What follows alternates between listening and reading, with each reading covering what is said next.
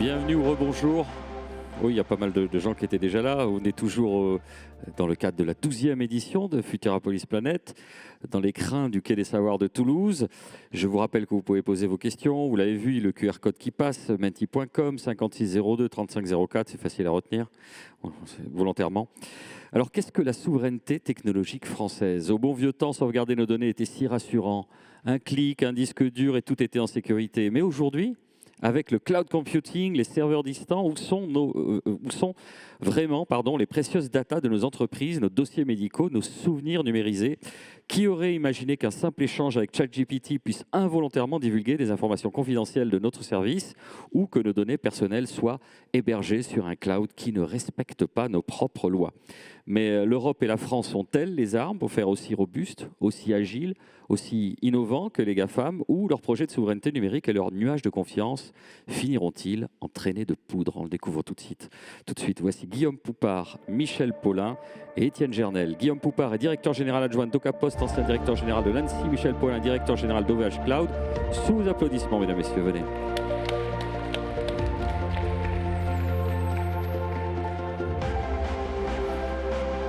Salut les amis. Décidément, j'adore ce petit jingle, je voudrais l'avoir pour chez moi, quand je me lève le matin. Bienvenue à tous les deux, et on va parler d'un sujet, bienvenue à vous tous, d'un sujet qui est politiquement éruptif en France, en Europe, qui est peut-être pas complètement arrivé dans le débat public, grand public, mais qui devient énorme, ça s'appelle la souveraineté numérique. Est-ce que ça veut dire D'abord, qu'est-ce que ça veut dire quelque chose? Guillaume Poupart, commençons par vous. Ça veut dire quoi, la souveraineté numérique? Ça veut sûrement dire quelque chose. Moi, je me méfie beaucoup du terme de souveraineté, qui est avant tout un terme politique. Et quand je viens du secteur public, de l'administration, j'ai toujours un grand respect, mais en même temps une très grande prudence. Par contre, derrière, il y a des tas de choses qui sont extrêmement concrètes, comme ça a été dit en introduction.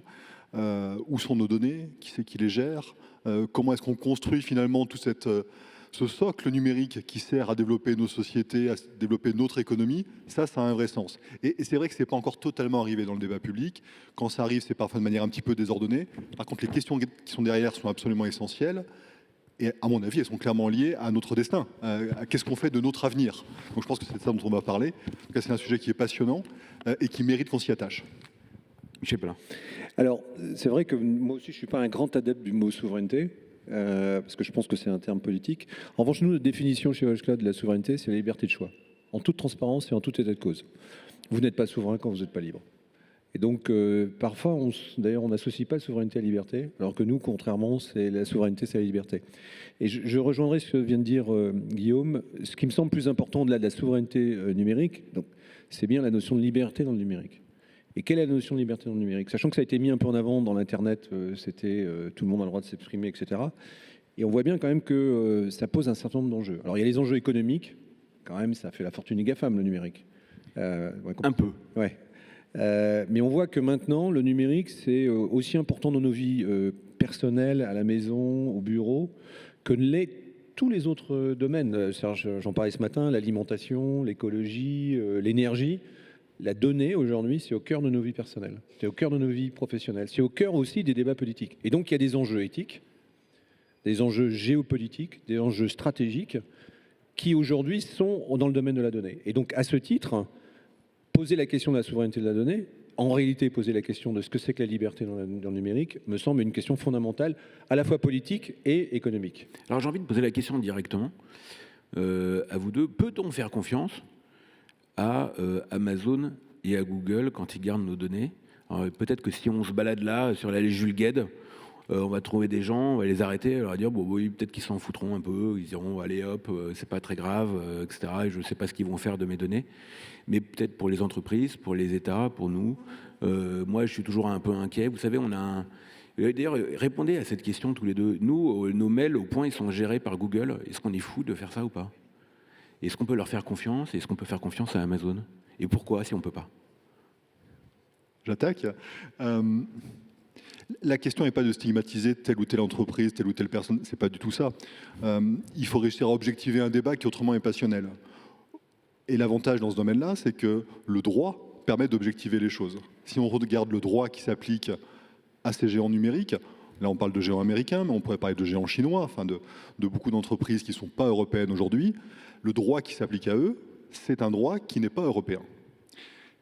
Même si les serveurs sont en Europe, même si ceci, même si cela, fondamentalement, et c'est propre au numérique, probablement encore plus que dans les autres domaines, le droit national peut très vite avoir une application qu'on appelle extraterritoriale, ça c'est pour faire des grands mots, mais voilà, le droit américain qui s'applique à un acteur américain, eh bien, il va être contaminant quelque part pour nos données, où que ce soit stocké. Et le droit américain est hyper clair là-dessus.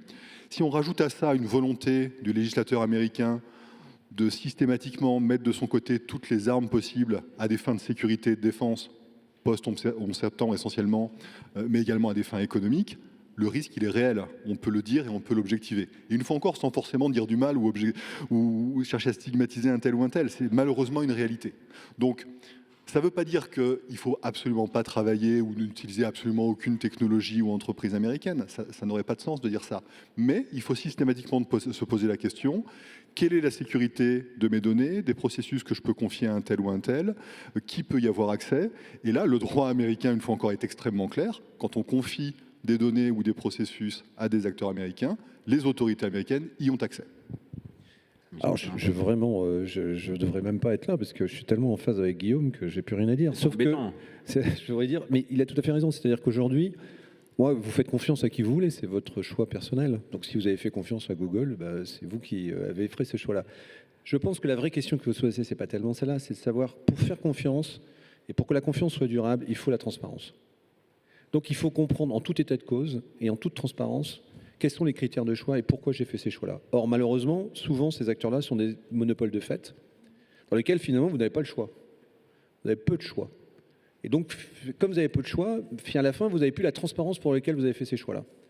Et l'exemple qu'a pris et l'angle qu'a pris Guillaume me semble très bien. C'est-à-dire qu'aujourd'hui, on voit bien que sur le droit des données, il y a trois mondes qui s'affrontent, en réalité. Enfin, quand s'affrontent, en tout cas, une conception radicalement différente. Vous avez le monde chinois où le tiers de confiance, c'est l'État, et seulement l'État, qui procède toutes les données et qui est le responsable des données pour les milliards de Chinois, le milliard de Chinois. Vous avez une conception américaine qui est une conception business. Les données, c'est un business. Et d'ailleurs, quand vous avez un litige sur les données, c'est du droit qui est du droit de business. Et puis, vous avez une conception européenne dans laquelle on protège les individus. C'est le RGPD, c'est de la protection. Et le business, le seul endroit où, je reviens sur les États-Unis, où ce n'est pas du droit de business, c'est uniquement, comme tu l'as dit, la sécurité nationale. C'est pas protéger les citoyens, c'est protéger la nation. Alors que le droit européen, dans la donnée, lui, c'est un droit qui est de dire je protège les individus, je protège les citoyens. Alors moi, j'ai choisi mon camp. Bon, nous avons choisi notre camp. Je pense que c'est quand même, dans les termes de valeur, nettement mieux que le faire. Et je pense qu'il est indispensable que les gens sachent justement que on respecte les règles du droit européen, en toute transparence. Et aujourd'hui, ce qu'il faut le dire, ce que tu as dit, c'est que quand vous êtes chez un Américain, vous n'êtes pas sous le droit européen. Celui qui prévaut à tout et qui est au-dessus, c'est le droit américain. Quand vous êtes dans un opérateur de cloud. Et je pense qu'il faut le dire. Après, vous prenez vos décisions comme vous voulez. Quelles en sont les conséquences? C'est vous qui décidez. Alors, dans mon métier, je rencontre plein de patrons tout le temps, y compris beaucoup de patrons du CAC 40, et je leur pose souvent la question de l'endroit où ils hébergent leurs données, comment ils font, etc. Et récemment, je déjeunais avec l'un d'entre eux, je ne vais pas donner son nom, qui a un plan pour lancer une énorme plateforme nouvelle, etc. Et je lui dis, alors où est-ce que tu les mets, tes données? C'est hébergé par qui? Il me dit Amazon. Alors là, je dis, t'es un salaud, c'est pas bien, etc. Il me dit, et là, il m'engueule. Alors il me dit, mais attends, il faut bien vivre. C'est la plus grosse boîte. On n'a pas trop le choix. C'est comme ça. C'est pas ma responsabilité.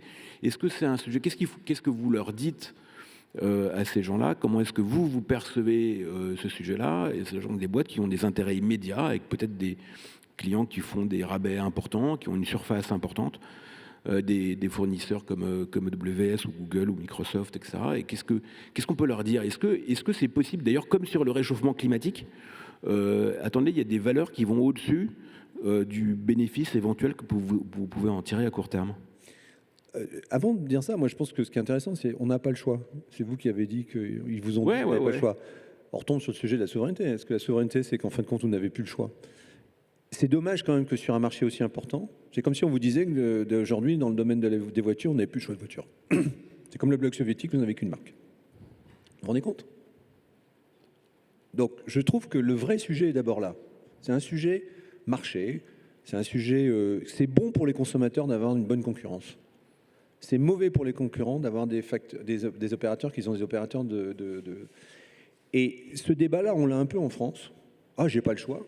C'est bizarre, nous, notre deuxième pays après la France, c'est les États-Unis. C'est les États-Unis. Ouais. C'est vrai. Ouais. Donc c'est peu connu, hein.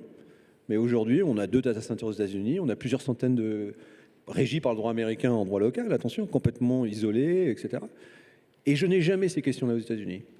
Ces questions-là, ils ne se posent jamais la question. Ils regardent le produit, ils sont beaucoup plus pragmatiques, et ils disent « Ah, vous avez un bon produit ». La preuve, c'est qu'on arrive à les convaincre. Donc ça veut dire qu'on a des produits aujourd'hui qui satisfont des milliers de clients américains dans la tech. On n'est que dans la tech aux États-Unis, hein, donc on n'est pas chez les particuliers, on est dans la tech. Donc des gens qui utilisent la tech, c'est des makers. Eh bien, on n'a pas ces débats-là. Et eux, d'ailleurs, cherchent des alternatives. Donc voilà, je vais vous répondre qu'on a toujours le choix qu'on s'en donne les moyens et que de plus, nous sommes un exemple vivant, comme quoi, oui, il y a des alternatives et que ces alternatives, elles sont viables. On fait de la croissance à 2 chiffres depuis maintenant plus de 6 ans, depuis que je suis arrivé. Avant, je crois que c'était déjà le cas, mais je n'ai pas les chiffres, on a le détail. Et on est la preuve vivante qu'il peut toujours y avoir des alternatives. Après, il faut se faire aider. Et on parlera peut-être de la régulation, de choses comme ça. Les Américains sont massivement aidés aujourd'hui sur leur territoire et à l'export. Et je pense que l'Europe doit aider ses champions. Guillaume, vous parlez dessus. Peut-être 2 éléments de réponse très complémentaires. La première, c'est qu'il y a des moments où il ne faut pas laisser ce choix. Les patrons sont les patrons de leur boîte, mais quand les choix qu'ils font dépassent leurs propres intérêts et peuvent toucher l'intérêt notamment national, la réglementation est là pour mettre des limites et pour imposer des choses. Et puis en France, on aime bien faire ça, en plus ça marche bien. Mais au-delà de ça, ça peut être très efficace si c'est bien utilisé. Donc il ne faut pas forcément être fataliste devant des choix qui sont parfois un petit peu surprenants. Le deuxième élément, il est un petit peu inverse. Ça se respecte quelque part des choix qui sont faits quand ils sont faits de manière éclairée. Très souvent, j'ai le sentiment qu'il n'est pas éclairé, ce choix. On prend machin parce qu'il a fait la meilleure pub, il le fait très bien, parce que les partenaires l'ont pris aussi, il y a un effet d'engouement, et puis parce que, voilà, un effet de marketing probablement très bien fait.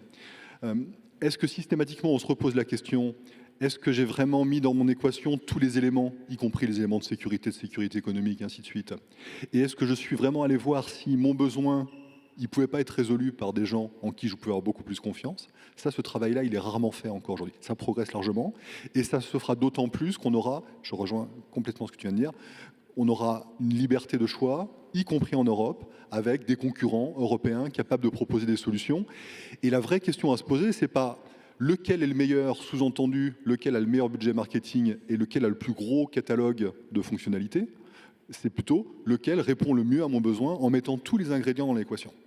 Alors, on a beaucoup parlé de ce film, là, Don't Look Up, et on a fait le parallèle avec le réchauffement climatique. Est-ce qu'en matière de sûreté des données, l'ensemble des écosystèmes ne sous-estime pas les menaces et les dangers sur la sûreté des données? On parle par exemple du hacking de données de services d'hôpitaux, hein, par exemple. Donc ça fait avec des opérations de rançonnage, donc parfois ça peut être l'argent, mais on voit bien que la guerre en Ukraine, par exemple, a été le théâtre d'un affrontement numérique considérable. On voit aussi d'ailleurs que si on s'intéresse au Proche-Orient, qu'entre Israël et l'Iran, il y a une guerre des hackers également qui est d'une très très grande violence. Évidemment, il y a beaucoup de gens qui sont impliqués dans ce genre d'affaires.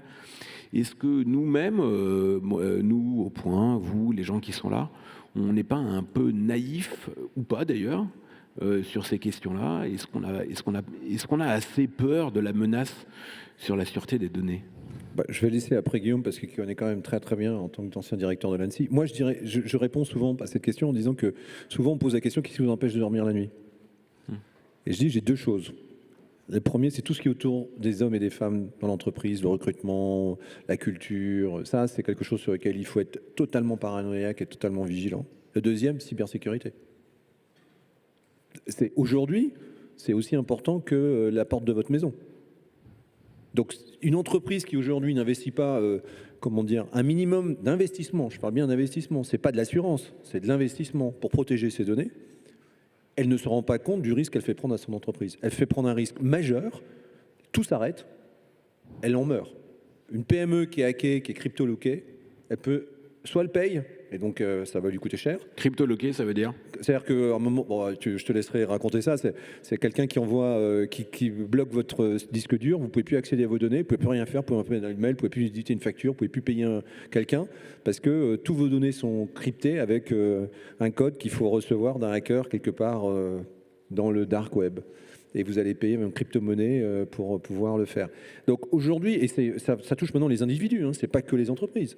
Donc ça, je peux vous dire, si je m'adresse là à tout le monde, il faut que tous les patrons de boîtes passent un temps de leur énergie et une partie de leur temps à réfléchir à la protection de leurs données. C'est vital. C'est aussi important que le cadenas de sa porte d'entrée. Guillaume Poupard. C'est exactement ça. Et c'est à tous les niveaux. C'est complètement multidimensionnel. Au niveau des individus, moi, je vous encourage vraiment à être très, très paranoïaque. Sainement paranoïaque, mais paranoïaque quand même sur ces questions, parce que quand ça vous arrive, c'est extrêmement désagréable. Toutes ces usurpations d'identité, tout ça, c'est extrêmement désagréable. Pour dire ça encore avec un euphémisme. Quand c'est au niveau d'une entreprise, ça peut être mortel. On voit des sociétés qui mettent la clé sous la porte à cause d'attaques informatiques. Quand ça arrive dans un hôpital, voilà, je ne veux pas aller dans les choses sordides, mais c'est abominable. L'hôpital s'arrête. Quand l'informatique ne fonctionne plus, il s'arrête véritablement. Donc ça, malheureusement, on l'a vécu un nombre de fois trop important en France. Et à l'échelle d'un État, aujourd'hui, tous les conflits d'aujourd'hui ont un pendant numérique. Ça se voit beaucoup moins, c'est moins impressionnant, ça ne fait pas d'image, mais la guerre, pas uniquement, mais c'est également transposé dans le monde numérique. En Ukraine, ça a été extrêmement violent. Une fois encore, ça se voit beaucoup moins que des images de bombardement, des choses comme ça, mais c'est au moins tout aussi violent. Et si je reste sur le cas de l'Ukraine, il est particulièrement intéressant et ça nous ramène au sujet de la souveraineté. L'Ukraine a sauvé sa souveraineté en la confiant aux GAFAM. Il y a un vrai sujet philosophique derrière ça. Si les GAFAM n'avaient pas été là, si les Américains n'avaient pas été là, eh bien, qu'est-ce qu'il en serait des données, donc de ce qui fait aujourd'hui une nation, qu'est-ce qu'il en serait des dossiers, des données ukrainiennes? Je n'ai pas la réponse à ça. Ils ont dû faire un choix. Ce choix, il est juste terrible parce que on se positionne dans ce cas-là en position de vassal, parce qu'on a besoin d'un protecteur, on ne peut pas faire sans, et quelque part, on renonce à une partie de sa souveraineté en faisant ça. Mais est-ce que, j'ai posé une question un peu, non pas politique, mais philosophique, en matière de défense, on dit souvent que la France a une ambition, comme le Royaume-Uni d'ailleurs, mais qui est sorti de l'Union européenne, en matière de défense qui reste importante, on a encore des capacités de projection, il y a et on a une industrie de défense, d'ailleurs nous sommes ici à Toulouse, où se trouve le siège d'Airbus, qui participe d'ailleurs de cette industrie de défense, qui est importante, où on sait faire des avions de chasse, des ravitailleurs, on sait faire des chars, on sait faire des tas de choses, on sait faire des satellites, et on sait faire de la donnée, et c'est important pour nous. On voit qu'il y a beaucoup de pays en Europe qui n'ont pas du tout la même vision stratégique. Et on prend les Pays-Bas, la Pologne par exemple, qui achète des avions américains, et qui ne se pose pas cette question de l'autonomie stratégique, pour reprendre l'expression à la mode, et en tout cas qui est tout le temps utilisée par Macron. Est-ce que c'est une obsession française? Est-ce qu'on est seul là-dedans? Et on voit bien dans le domaine de la donnée, de la data et de la protection des données, est-ce que c'est français ou est-ce que les Allemands, les Autrichiens, les Belges, les Espagnols ont la même vision que nous? Je te laisserai parler sur la défense aussi après. Moi, je vais répondre d'abord, sortons un peu de l'Europe et regardons ce qui se passe. Si vous regardez ce qui se passe, en Inde, ils se posent ces questions-là. Singapour, ils se posent ces questions-là. En Corée, ils se posent ces questions-là. Au Canada, ils se posent ces questions-là. Les deux qui ont commencé à se poser beaucoup ces questions-là, c'est quand même les Chinois et les Américains. Donc, les empires. Oui, mais je veux dire, aujourd'hui, ces notions de souveraineté et ces notions d'autonomie stratégique, l'Inde, elle se pose la question. Vous n'avez plus le droit d'exporter des données personnelles en dehors du territoire indien aujourd'hui, avec les nouvelles lois qui sont les lois indiennes. On est présent en Inde, donc on connaît ces réglementations, qui sont des réglementations qui essayent de protéger, la nation indienne. Donc je veux dire que c'est déjà un débat qui est un débat, international. En Europe, c'est clair que paradoxalement, je pense que l'Europe n'est pas unie sur ces sujets-là. Elle ne l'est pas. On le voit sur les normes, les USCS, peut-être que tu l'évoqueras. Et aujourd'hui, malheureusement, elle n'est pas unie. Et je pense que ça, c'est vraiment, cette fragmentation fragilise la position de l'Europe. Et clairement, la France est certainement en avance. C'est celle qui, alors moi je considère en avance, en tout cas, celle qui est le plus avancée sur ces sujets-là, mais il y a aussi l'Italie, l'Espagne qui se posent vraiment beaucoup de questions. et à d'autres pays, vous avez évoqué, principalement en Néderlande et certains pays de l'Europe de l'Est, qui sont effectivement totalement en disant non, un peu ils ont sous-traité, pour aussi des considérations qui sont en dehors de la souveraineté numérique. Parce que tout ça, c'est un jeu complexe de géopolitique dans lequel, quand le président Biden est venu en Europe il y a quelque temps pendant la guerre d'Ukraine, certains avaient commenté, et à raison, je vous donne du pétrole, mais vous me donnez vos données. Guillaume Parr. Le lien avec la défense est super intéressant parce qu'à mon avis, il est direct. Quand on regarde dans le monde, les pays qui veulent être autonomes dans le domaine de la sécurité numérique, dans le domaine du numérique de manière générale, regardez, la carte correspond exactement à la carte des puissances nucléaires. Donc il y a ceux qui veulent être dans le premier cercle, autonomes. Quand on a une puissance nucléaire, on cherche à être autonome jusqu'au bout, quelque part. Et quand on a renoncé à ça, quand on n'est pas capable de faire ça, finalement, on est condamné à rentrer dans une logique de vassalité. Je reviens à ça. Et donc, bon, si on est dans le domaine de la défense, dans certains domaines économiques, pourquoi pas l'être dans le domaine numérique, qui est un domaine complexe, qui demande des investissements, qui demande une vraie assise. Donc, quelque part, c'est ce qui explique probablement, à mon sens, le fait qu'en Europe, la France a une position un peu singulière, mais c'est la position de l'unique puissance nucléaire en Europe. Alors ça, c'est l'aspect défense, mais dans la question de l'autonomie des données, il y a cette question qui est très souvent posée, qui est les données de santé. Alors on n'est pas dans le domaine de l'armement ou de la défense, mais c'est absolument central, et je crois que vous êtes l'un et l'autre à des titres variés, peut-être un peu communs, dans ces sujets-là. Vous, parce que vous êtes impliqué dans un projet notamment sur les hôpitaux, et puis il y a la question du Health Data Hub, il y a cette question des données de santé. En gros, c'est quoi l'enjeu sur les données de santé ? Michel l'a dit, en Europe, c'est central, c'est la protection du citoyen, et les données de santé, il n'y a pas plus adhérent à la personne que les données de santé. C'est ce qu'il y a de plus personnel probablement dans les données. Aux États-Unis, les données, c'est de la matière brute, commercialisable, échangeable. Voilà, on fait du business avec la donnée. Donc il y a vraiment deux confrontations, là, enfin deux approches qui se confrontent de manière très très forte.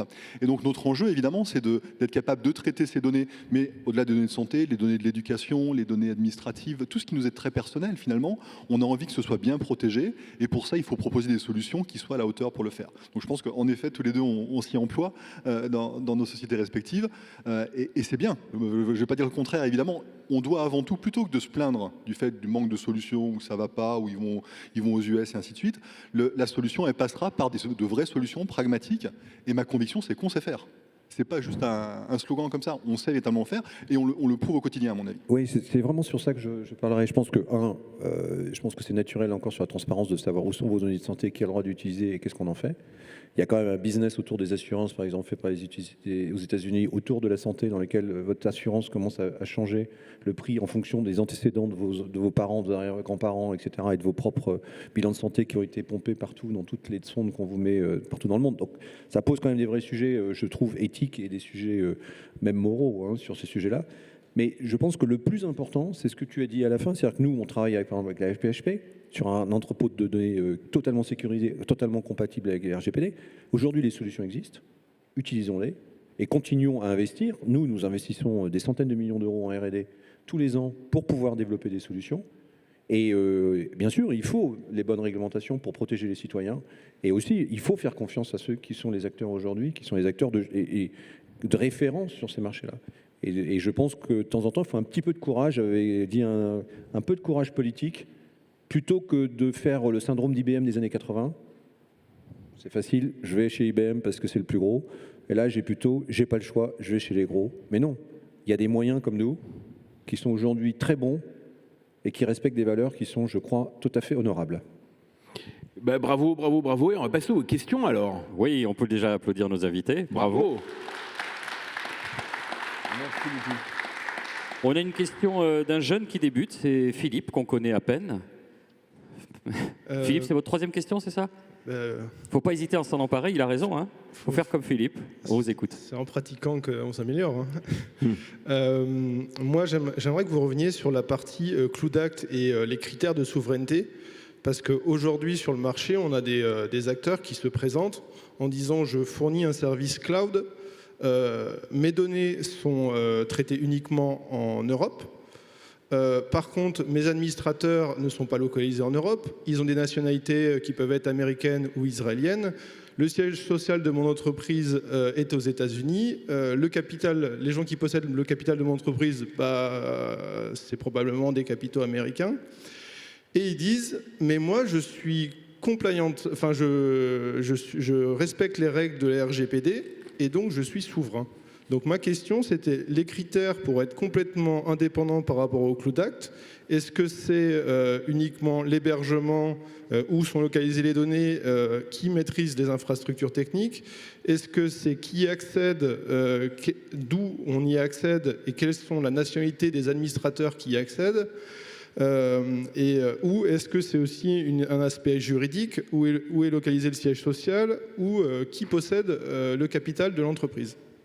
Ça, c'est une question.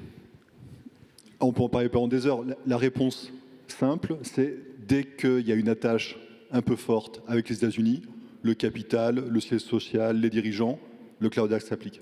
Cloud Act, qui a un nom bien choisi, mais également tout le cortège. La loi FISA, par exemple, post-11 septembre, est beaucoup plus dangereuse, quelque part beaucoup plus intrusive encore que le Cloud Act. Donc ce qui est très simple, c'est que dès qu'il y a une adhérence avec les États-Unis, le droit américain s'applique. Et quand le droit s'applique, la première des règles, c'est qu'on n'a pas le droit d'en parler. Donc une société qui est saisie par des autorités américaines pour accéder à des données, la première chose qu'elle n'a pas le droit de faire, c'est de le dire. Vous voyez ? Un petit détail sur le RGPD. Elle n'est pas informée d'ailleurs. Elle n'est pas informée. Tout ça reste très secret. Ouais, Donc, elle n'est pas informée comme quoi les données sont transférées. Le RGPD, un petit détail, parce que le RGPD, c'est pour les données personnelles. C'est essentiel les données personnelles, mais dans les données sensibles, il n'y a pas que les données personnelles. Et dans l'industrie, tout ça, il y a plein de données qui ne sont pas des données personnelles et qui pour autant sont des données très sensibles. Le droit américain, tout ce que je viens de dire s'applique également dans ce cas-là. Le cas du RGPD est un peu bizarre, puisqu'il y a toute une polémique. Est-ce que des données mises aux États-Unis, des données personnelles mises aux États-Unis, respectent ou pas le RGPD, enfin, aux États-Unis ou chez un opérateur américain? Ça a été cassé à de multiples reprises, il y a toute une polémique juridique autour de ça. En ce moment, on est plutôt dans une phase où ça va de nouveau être autorisé, parce qu'on appelle une décision d'adéquation. Là encore, je ne suis pas juriste, je ne vais pas rentrer dans les détails, mais ce qu'il faut regarder, c'est les conditions dans lesquelles cet accord a été trouvé de nouveau. Ça a été un moment où il y avait un très grand stress lié au conflit ukrainien sur la nécessité pour l'Europe de pouvoir accéder au gaz américain. Et le cynisme de ces échanges a fait que l'annonce de l'accès de l'Europe au gaz liquéfié américain a été fait en même temps, pendant la même conférence de presse européano-américaine, que la décision de relancer une décision d'adéquation, et donc le fait d'étendre le RGPD quelque part à un hébergement américain. Et tout ça est totalement géopolitique. Alors, une question anonyme, on se focalise sur le cloud, l'hébergement, mais les entreprises perdent le contrôle. Regardez ChatGPT, les fuites de données, elles ne viennent pas de l'infrastructure, mais des gens. Pas une question, c'est un constat amer. On nous a, oui, attention, dans le numérique, il y a l'humain. Hein. Donc aujourd'hui, le principal, si vous prenez la cybersécurité, enfin c'est toi, tu pourras donner plus d'exemples. Aujourd'hui, le principal défaut, c'est pas les systèmes. Souvent, c'est les mots de passe qui sont 1, 2, 3, 4, 5. Qui sont assez faciles à craquer. Donc c'est ça, bien sûr, le facteur humain aujourd'hui. Le problème est entre l'écran et la chaise. Voilà, ou le post-it avec l'écran. Donc bien sûr que le facteur humain est aujourd'hui extrêmement important. Mais ça, c'est de la pédagogie, c'est apprendre à toute une génération ce qu'ils font de leur smartphone et qu'est-ce qu'il y a sur les smartphones. Donc oui, bien sûr, il n'y a pas que l'infrastructure. Justement, par rapport à ce que vous venez de dire, il y a une autre question qui est corollaire. Est-ce que le problème ne vient pas très tôt dans les habitudes prises jeunes dans les écoles pendant des études? Sous-entendu, on arrive trop tard. On n'est jamais trop tard. 100% des gagnants ont tenté leur chance. Donc si vous essayez pas, vous ne pouvez pas réussir. Donc non, jamais trop tard. Mais c'est vrai, la formation, la sensibilisation est essentielle.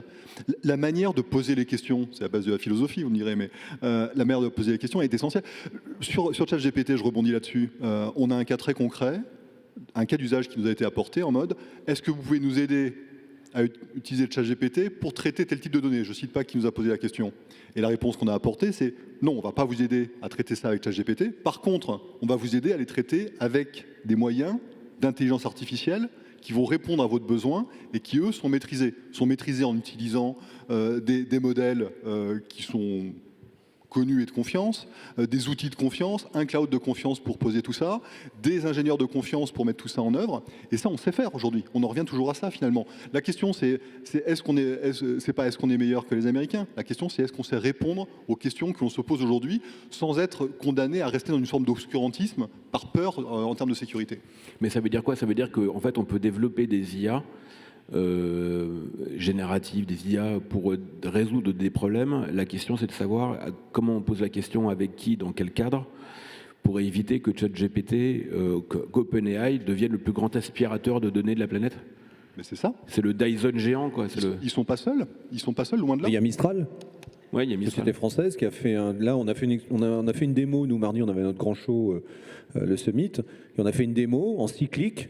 Vous pouvez sur Mistral 7B, qui est un ingénieur français, logé en France, hébergé, alors là c'était chez nous, parce que mais ça pourrait être chez De Capos. Alors De Capos, je ne sais pas si vous faites de la GPU, c'est plutôt outscale, mais voilà, donc voilà, et c'est faisable. Donc mais Mistral, le Mistral 7B, c'est plus éthique que ChatGPT à tous les niveaux? Non, je ne dis pas que c'est plus éthique, je suis toujours pareil, c'est qu'aujourd'hui, ce que je sais, c'est que les données, en revanche, alors si vous lisez leur charte, oui, c'est clairement, elles sont en revanche là, elles étaient dans un dataset qui peut être privé, dans lequel vous savez où sont les données, c'est pas pompé partout dans le monde, et surtout l'algorithme, il est ouvert, maintenant, avant ça s'appelait OpenChatGPT, maintenant ça s'appelle ChatGPT, c'est ouvert, et donc tous les codes de paramétrage, par exemple, vous pouvez les avoir. Donc il y a la notion de transparence qui fait qu'au moins, et donc de dire qu'il n'y a pas d'alternative à ChatGPT, qui est un très beau produit, attention, je ne suis pas en train de critiquer, pour moi, vous prouvez, indépendamment des sujets d'éthique, que Mistral, 7B, ingénieur français, qui a travaillé dans des entreprises américaines, ce sont des remarquables ingénieurs.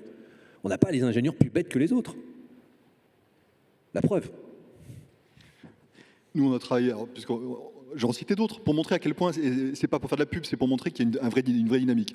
On a travaillé avec Lighton, qui apporte un modèle. On a travaillé avec Aleia, qui apporte les outils pour travailler là-dessus. On a travaillé avec nos propres ingénieurs de chez OpenValue. On pose tout ça dans le cloud qui s'appelle NumSpot. Et tout ça, c'est maîtrisé de bout en bout. Et la bonne surprise, quelque part, sur des vrais cas d'usage, c'est que ça fonctionne. À la question initiale, est-ce que je peux traiter tel type de données, mais par contre je ne veux pas les partager, tout ça je veux les garder sous maîtrise, mais pourtant faire de l'IA générative, efficace, gagner, et puis gagner tout, c'est formidable, on ne peut pas y échapper à ça, enfin, c'est juste extraordinaire ce qui est en train de se passer. La réponse est oui, définitivement oui. Ben écoutez, ce sera le mot de la fin. Merci beaucoup. Le mot de la fin. Merci. Comme disait Lénine, la confiance n'exclut pas le contrôle. Merci beaucoup. Merci à Guillaume Poupard. Merci à Michel Paulin, merci à nos deux intervenants. Et Formidable. on se retrouve dans quelques instants pour découvrir les petits secrets du train. À tout de suite.